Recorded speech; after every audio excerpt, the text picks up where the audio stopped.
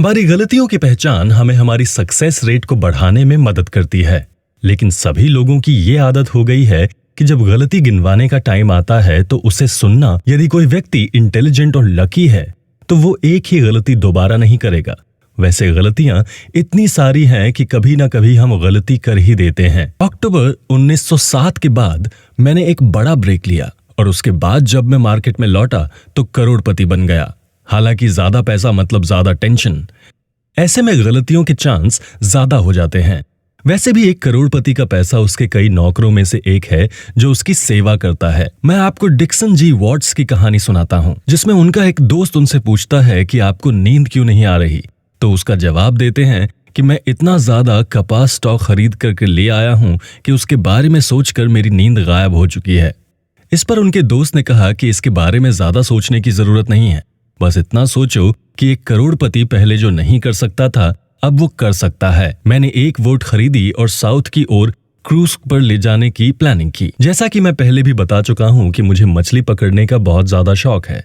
मैं इसे लेकर एक बार फिर से एक्साइटेड था। मैं बकेट शॉप से बिजनेस में आया एक युवा था और मैंने कई सालों तक मार्केट स्टडी की है। मैं स्टॉक के बजाय रियल प्रोडक्ट में गेम खेलना पसंद करता हूँ, क्योंकि उनकी वैलिडिटी पर कोई क्वेश्चन मार्क नहीं लगा सकता। वस्तुओं की कीमत एक कानून के तहत कंट्रोल होती है। कपास, गेहूं, मक्का के दाम रातों रात बढ़ जाते हैं, लेकिन इन पर नियंत्रण जरूर होता है। सप्लाई एंड रिक्वायरमेंट का फाइनेंशियल लॉ इन पर हमेशा लागू होता है। टिप पढ़ना इतना भी मुश्किल नहीं है जितना कि ये दिखाई देता है। बस कुछ बेसिक्स इंपॉर्टेंट हैं जो याद रखने होंगे। याद रखिए, टिप आपका भाग्य नहीं बताएगा। टिप आपको मार्केट का जजमेंट देता है कि क्या बिजनेस करना है और कितना बिजनेस करना है और कैसे बिजनेस करना है। टिप आपको मार्केट का मूड, मार्केट के रेट और मार्केट में आने वाले दिनों की पॉसिबिलिटी बता सकता है। बिजनेसमैन हमेशा मार्केट रेट में अप एंड डाउन से प्रॉफिट कमाने की नीयत से हर मिनट बाजार पर नजर रखते हैं।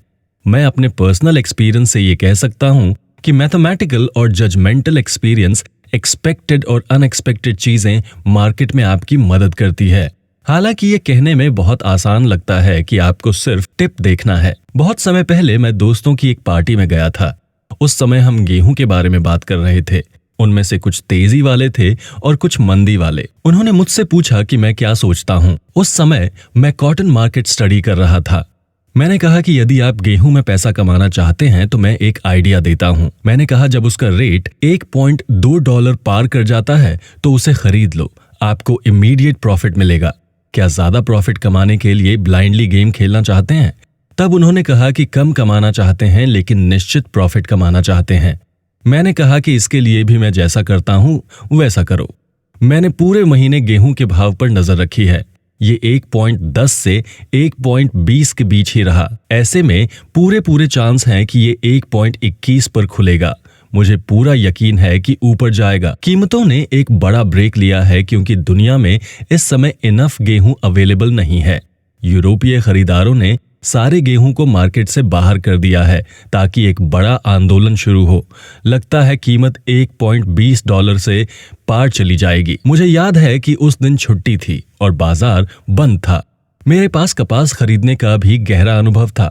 मेरे पास 40 से 50 हजार गांठें थी। प्रोफेशनल बिजनेसमैन हमेशा अपने एक्सपीरियंस पर डिपेंडेंट होता है और वो प्रोसेस और लॉजिक के साथ IQ को कंट्रोल करते हैं। मुझे याद है जब मैं पाम बीच पर छुट्टी बिता रहा था तब मुझे एक पुराने स्टॉक ब्रोकर मिले थे। मैं उनका नाम तो नहीं जानता था, लेकिन मैंने वर्षों से उन्हें स्ट्रीट में देखा था। वे गृह युद्ध के समय वापस आ गए थे और उनके बारे में मुझे जानकारी मिली थी कि वो बहुत इंटेलिजेंट और बहुत पुराने खिलाड़ी हैं। जब मैं उस बूढ़े आदमी से मिला तो उसने मुझसे बहुत सारे सवाल पूछे। जब मैंने उसे अपने अनुभव और आइडिया सुनाए तो उसने कहा कि ठीक है, तुम्हारा दिमाग बहुत तेज चलता है और तुम्हारा सिस्टम भी ठीक है। ये बात है तो मैं तुम्हें आगे बढ़ने में मदद करूंगा।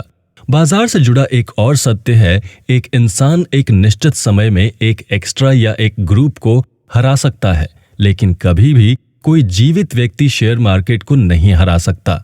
इंसान कपास या अनाज के सौदागर के रूप में पैसे कमा सकता है, लेकिन कोई भी व्यक्ति कपास मार्केट या अनाज मार्केट को हरा नहीं सकता।